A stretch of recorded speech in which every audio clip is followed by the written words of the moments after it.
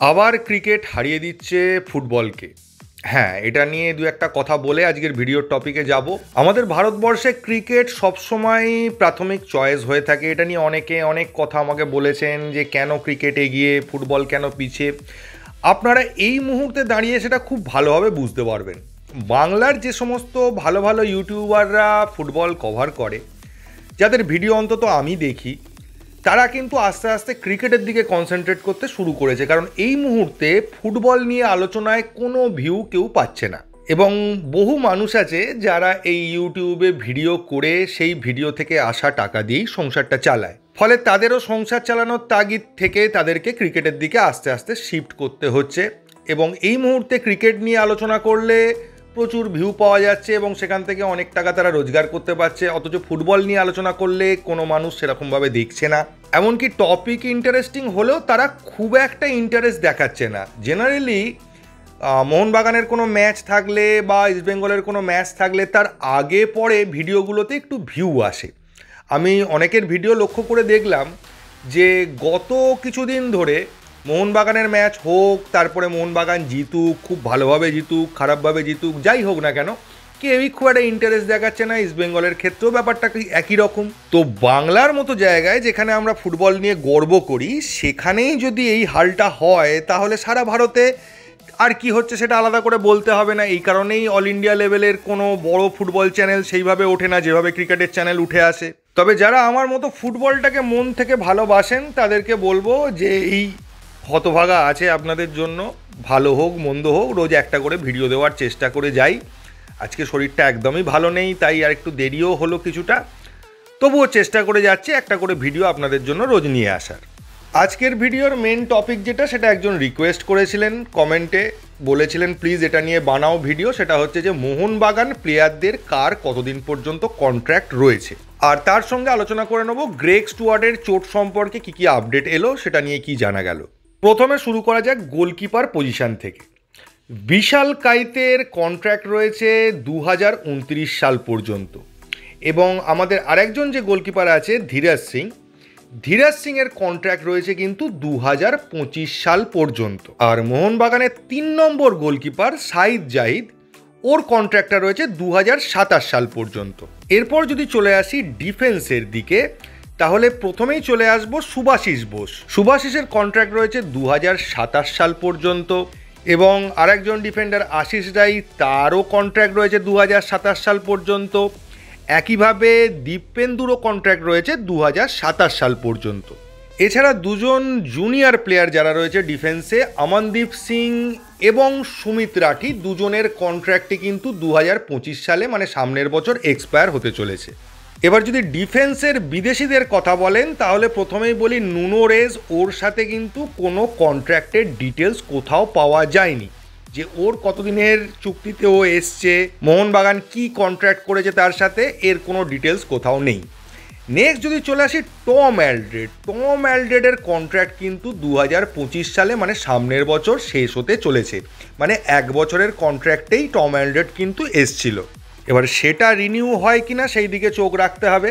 আর Alberto রড্রিগেজের contract কিন্তু 2 বছরের, মানে 2026 সালে গিয়ে তার কন্ট্রাক্টটা এক্সপায়ার হবে। এরপর যদি চলে আসি ডিফেন্সিভ মিডফিল্ডার দীপক টাংরির কন্ট্রাক্ট শেষ হচ্ছে 2026 সালে।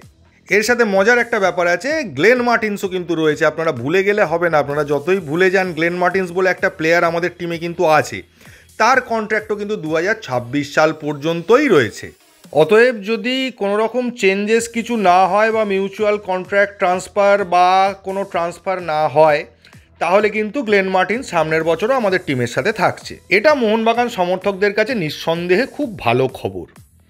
আমি মজা করছিলাম। যাকে চলে আসি পরের খবরগুলো। এবার চলে আসি সেন্ট্রাল মিডফিল্ডে অভিষেক সূর্যবংশীর কন্ট্রাক্ট রয়েছে 2027 সাল পর্যন্ত। নেক্সট প্লেয়ার হচ্ছে অনিরুদ্ধ থাপার কন্ট্রাক্ট রয়েছে মোহনবাগানের সাথে 2028 সাল পর্যন্ত। এবং আপুইয়ার কন্ট্রাক্ট অনেক দিনের, আপুইয়ার কন্ট্রাক্ট রয়েছে 2029 সাল পর্যন্ত। মানে বলতে পারেন একটা লং টার্ম কন্ট্রাক্ট।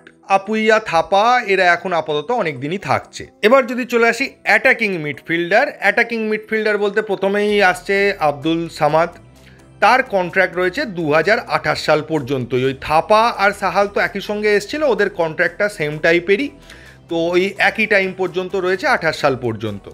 নেক্সট রয়েছে দিমিত্রি পেট্রাডস। দিমিত্রি পেট্রাডসের কন্ট্রাক্ট রয়েছে 2026 সাল পর্যন্ত। তবে গ্রেগ স্টুয়ার্টের কন্ট্রাক্ট কিন্তু সামনের বছর এক্সপায়ার হতে চলেছে। গ্রেগ স্টুয়ার্টের সঙ্গে 1 বছরেরই চুক্তি করা হয়েছিল। গ্রেগ স্টুয়ার্টের চোটের সমস্যা আছে, তো এই সমস্ত কারণের জন্যই গ্রেগ স্টুয়ার্টের সঙ্গে কিন্তু 1 বছরের বেশি চুক্তি করা হয়নি।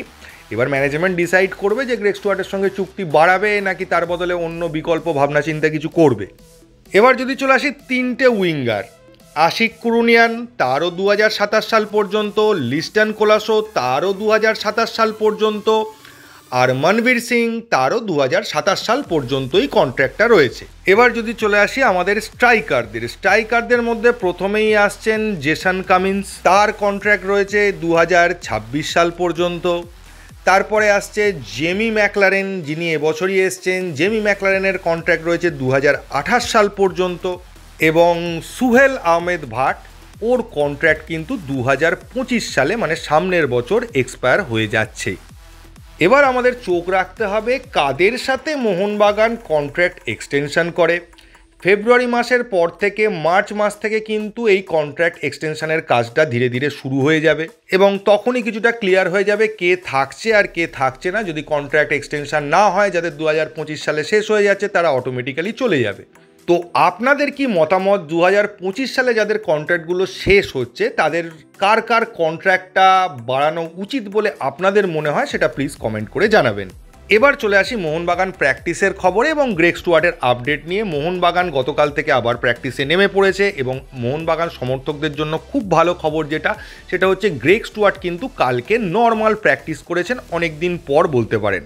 এবং আপাতত যেটা মনে হচ্ছে যে পরের ম্যাচ খেলতে গ্রেগ স্টুয়ার্টের খুব একটা অসুবিধে হবে না। এই ম্যাচটাতেও আমি যতদূর শুনেছিলাম যে গ্রেগ স্টুয়ার্ট কিন্তু খেলতে পারত, কিন্তু গ্রেগ স্টুয়ার্টকে খেলানোর রিস্ক মলিনা নেননি।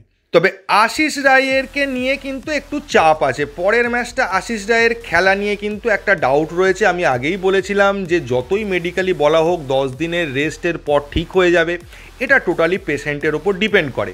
অনেক সময় 10 দিনের চোটটা কোনো পেশেন্ট 7 দিনেও সারিয়ে ফেলতে পারে, আবার কোনো পেশেন্টের সেটা 15 দিনও লাগতে পারে। তো ওইভাবে ডেফিনেটলি বলা যায় না যে একটা চোট অমুক দিনে অমুক সময় অমুক তারিখেই সব ঠিক হয়ে যাবে, ওটা ওইভাবে আগে থেকে বলা যায় না, কেউ বলতে পারে না, ডাক্তারও বলতে পারে। তো অ্যাপ্রক্সিমেটলি 10 দিন ধরা হয়েছিল এবং সেটা বাড়তে পারে। তো এই মোটামুটি ছিল মোহনবাগান রিলেটেড খবর আজকের জন্য। আরও কিছু খবর আমি কালকে আপনাদের সঙ্গে শেয়ার করব, সেগুলো নিয়ে ডিটেল একটু খোঁজ লাগাচ্ছি, সেই খবরগুলো পেলে আপনাদের সঙ্গে কালকে শেয়ার করে নেব। তো এই ভিডিওতে এইটুকুই। যদি ভিডিওটা ভালো লাগে তবেই চ্যানেলটাকে সাবস্ক্রাইব করবেন। থ্যাংক ইউ, ধন্যবাদ এবং জয় মোহনবাগান।